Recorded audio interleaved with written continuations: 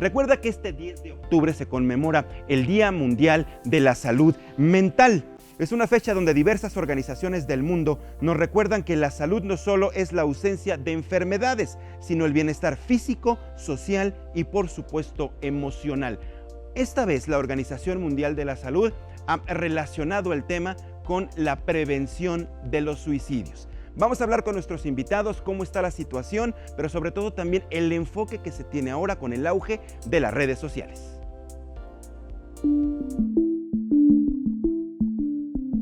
Te dejamos algunos datos sobre la salud mental a nivel mundial. Cerca de 1.700 millones de personas padecerán un trastorno mental en su vida.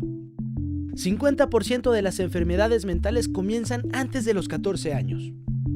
Cerca del 20% de niños y adolescentes del mundo sufren problemas mentales. El suicidio es la segunda causa de muerte entre los 15 y 29 años. Finalmente, entre 76 y 85% de pacientes con trastornos mentales en países pobres no reciben tratamiento. Muy importante el tema. Los martes aquí en Código Salud los enfocamos precisamente para hablar de salud mental. Hoy el día cae en jueves y era importante retomar este tema, ampliarlo, y por eso hemos invitado a nuestra colaboradora de los martes, la psicoanalista Adriana Ortiz. Adriana, bienvenida, muchas gracias por estar nuevamente con nosotros. Como siempre, importante, Mariano, que tomes placer. el tiempo para venir a platicar de esto, que es muy importante. Ya en algún momento habíamos focalizado el tema del suicidio. Así es. Cuando se celebró el Día de la Lucha contra el Suicidio. Así es, en septiembre. Lo entendemos, no tiene mucho ese tiempo. Pero ahora, el enfoque que le da la Organización Mundial de la Salud es este. Y me imagino que lo hace porque están aumentando los casos. Hay un descontrol, quizá faltan políticas públicas, mayor mecanismo de información para que la gente no se quite la vida. Estuve analizando, cada 4 segundos una persona en el mundo se suicida. Sí, cada 40 segundos. 40 segundos. Efectivamente. Y fíjate que uno de las frases que está utilizando la Organización Mundial de la Salud es como justo cada 40 segundos hay un suicidio, es ahora cada 40 segundos tengamos información, brindemos información, actuemos para prevenir el suicidio, justamente, Mariano, porque finalmente ellos toman este tema, como bien dices, no por casualidad o no se realiza al azar. ¿Qué hacemos al azar? ¿Qué No, tema? no, por Están supuesto muy que no. preocupados ustedes, los especialistas. Porque es un problema de salud pública, porque es la segunda causa de muerte entre los adolescentes.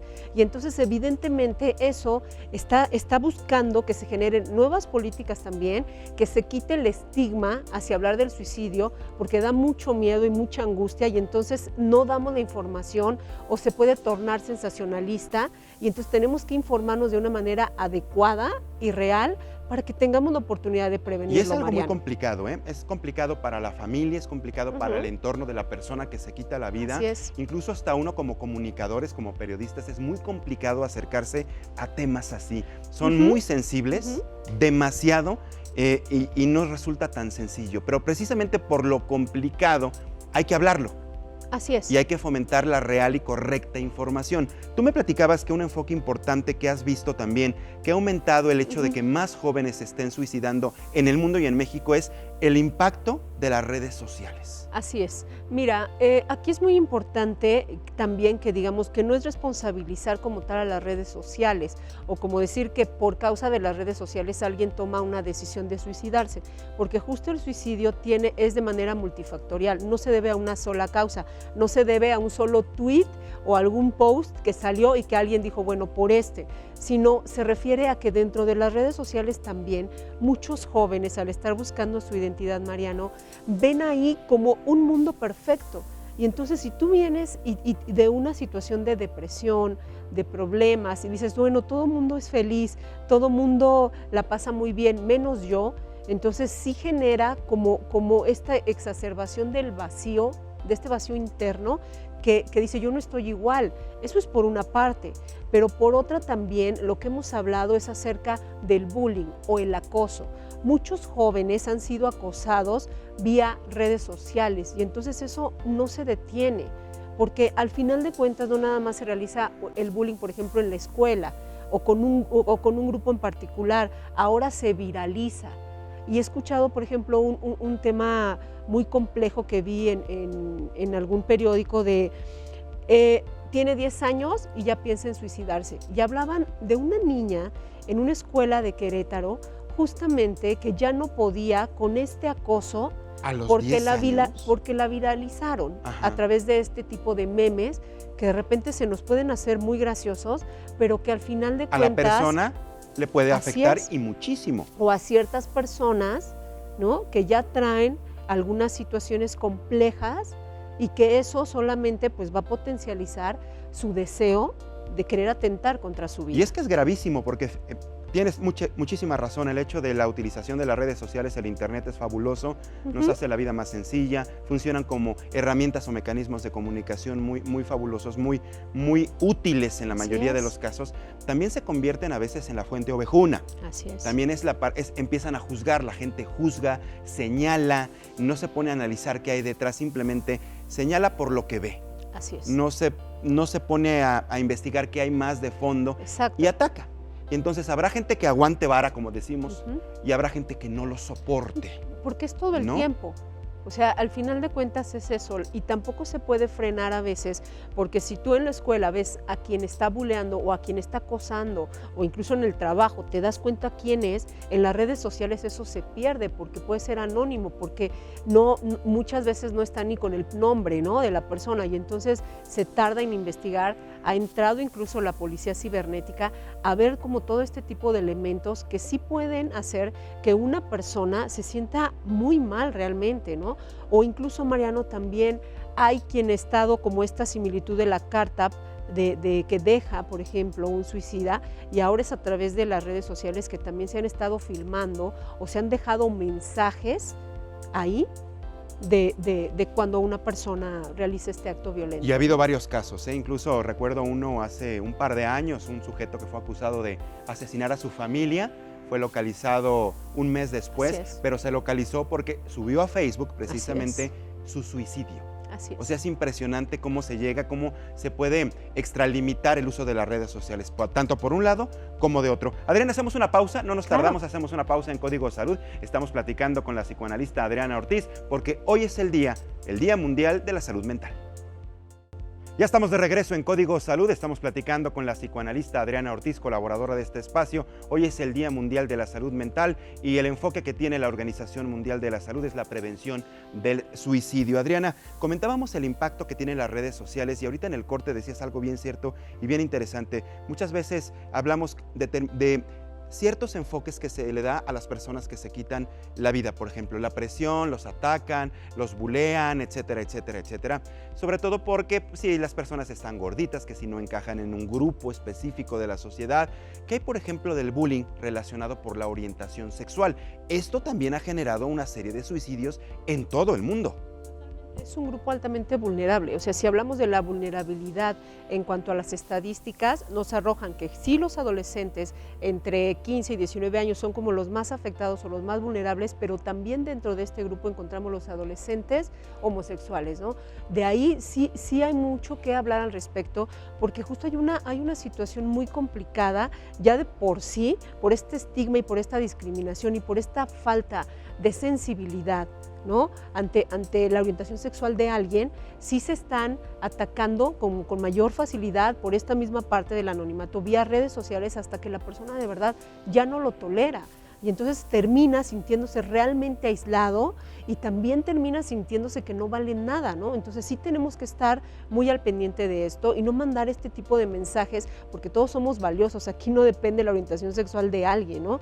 Todos somos igual de valiosos, Mariana. Sí, y pasa mucho, por ejemplo, en México hay casos, sí hay documentados casos, en Estados Unidos son más visibles, son más mediáticos, porque hay grupos radicales, muy controversiales, que se dedican precisamente a eso, a atacar directamente a quienes no están de su lado, ¿no? No son iguales a ellos, por decirlo de alguna manera.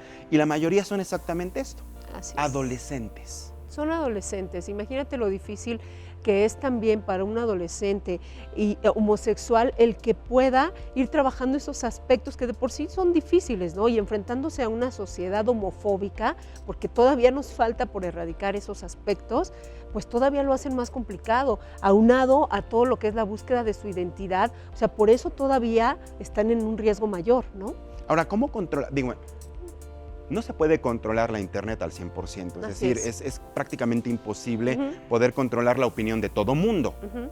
¿Cuáles son las recomendaciones? Exactamente, una persona que se sienta agredida, buleada, y en ese momento sea la más vulnerable para que en algún momento le Así pase es. por la cabeza quitarse la vida. O sea, ¿cómo se puede trabajar? Cerrar su cuenta, no hacer caso, acudir a terapia, sí. ¿Qué hacer?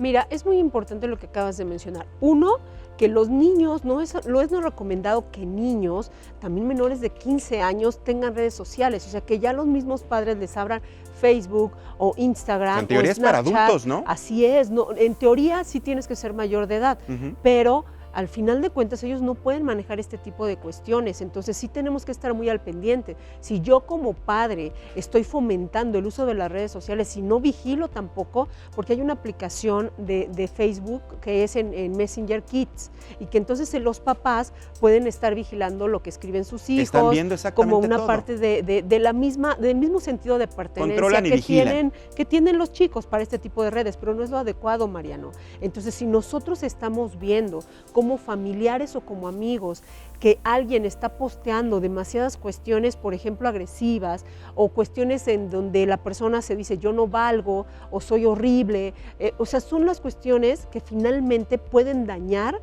directamente la autoestima de alguien y que son los foquitos rojos que de repente no vemos. Están subiendo también, o estamos viendo si mi hijo está buscando, por ejemplo, la palabra suicidio, o si estamos buscando la palabra depresión. Entonces, en eso, las redes sociales, pues sí también tienen que regular el que si alguien está buscando constantemente eso, lo primero que arrojen sean cuestiones de prevención, de apoyo o de guía de especialistas para que los jóvenes se puedan acercar a buscarlos. Facebook en ese aspecto, Adriana, tiene un poquito mayor control. Twitter es más abierto, Twitter incluso encuentras Así hasta es. pornografía. Bueno, Así la es. infantil te la quitan, la bajan y Así inmediatamente es. cancelan cuentas. Y Facebook no, o sea, sí hay un control. Habría que quizá Generar homogeneizar, políticas. ¿no? Digamos, no regular en un aspecto meramente punitivo, porque entonces estarías violentando el derecho a la libre expresión. Pero sí por lo menos tomar un poquito más de conciencia y tratar de juntar o hacer más ético, o no Sí, sé tiene por que dónde ver entrarle. por los filtros, Mariano, Ajá. porque finalmente también eso es el problema, los filtros. Entonces, que lo ha hecho Facebook y lo ha hecho Instagram, o sea, que son parte, Que son la misma que empresa. son la misma Ujú. empresa. Y por ejemplo, en Londres había una denuncia justo a Instagram porque decían que había o sea, se responsabilizaba esta red social del suicidio de una joven. ¿Por qué? Porque justo la joven estaba buscando demasiada información ahí y entonces le salían una serie de sugerencias respecto al suicidio. Entonces Instagram a partir de ese entonces empieza a tomar medidas en donde si alguien empezaba con este hashtag de suicidio o de depresión, le iban a ofrecer una serie de ayudas, Ujú. ¿no? Que eso es lo positivo de todo esto, ¿no? Ahora, es el caso de las redes sociales, Ujú. pero también finalmente es libre el Internet. Si la persona tiene bloqueos y no puede obtener la información que busca en una red social como Instagram, Facebook, Twitter, etcétera, Snapchat, que es lo popular entre los exactamente, jóvenes. se va a los blogs. ¿Y cuántos Así es. blogs existen? Simplemente con googlear la palabra que tú indicas, le puede salir una serie de blogs y luego ingresas a esos sitios y resulta ser muchos chavos dando esas recomendaciones. O también en los famosos retos virales, que hace poco se habló acerca del reto de la ballena azul, que justo Que se cortaban, incitaba ajá. a las autolesiones y incitaba de alguna manera lo que es el suicidio. Pero mira, Mariano, lo importante aquí es que sí nosotros estemos al pendiente, porque muchas veces nos olvidamos y no sabemos qué están haciendo nuestros adolescentes en las redes sociales. O sea, esto va más allá, porque tienen que tener otro tipo de conductas en su vida diaria que nos están lanzando estos foquitos rojos de alertas y que así muchas veces se tiene este estigma, por eso la Organización Mundial de la Salud lo hace, de que si hablas del suicidio, entonces vas a provocar que se generen más suicidios. Y eso no es cierto, porque al final los jóvenes están buscando esa misma información. Entonces tenemos que contrarrestar con información real para que puedan acercarse y para que preventiva, puedan ¿no? prevenir. Evidentemente sí.